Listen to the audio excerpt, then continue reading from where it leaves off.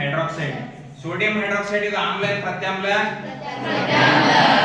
ಹಂಗಾದ್ರೆ ನಾವು ಏನ್ ಮಾಡಿದೆವು, ಎರಡು ನಮ್ಗ ಹೈಡ್ರೋಕ್ಲೋರಿಕ್ ಆಮ್ಲ ಸಿಕ್ಕಿಲ್ಲ.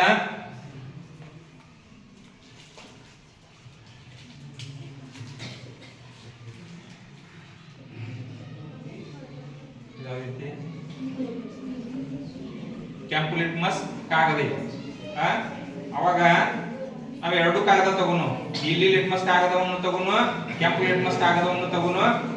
ಮತ್ತ ಸೋಡಿಯಂ ಹೈಡ್ರಾಕ್ಸೈಡ್ ಇದೊಂದೇನ ಪ್ರತ್ಯಾಮ್ಲ, ಸೋಡಿಯಂ ಹೈಡ್ರಾಕ್ಸೈಡ್ ಇದೇನ ಪ್ರತ್ಯಾಮ್ಲ.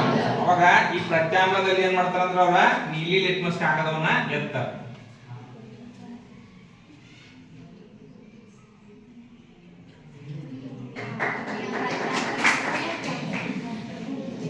ಕೆಂಪಿದ್ದಿಂದ ಏನಾಯ್ತು,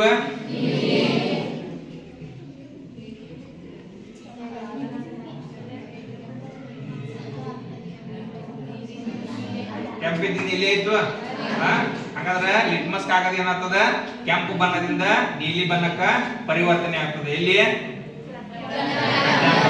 ಇದ್ರ ವಿರುದ್ಧ ಎಲ್ಲಿ ಅಂದ್ರ ಆಮ್ಲದಲ್ಲಿ ಏನಾಗ್ತದೆ, ನೀಲಿ ಬಣ್ಣದ ಕೆಂಪು ಬಣ್ಣಕ್ಕೆ ಪರಿವರ್ತನೆ ಆಗ್ತದೆ.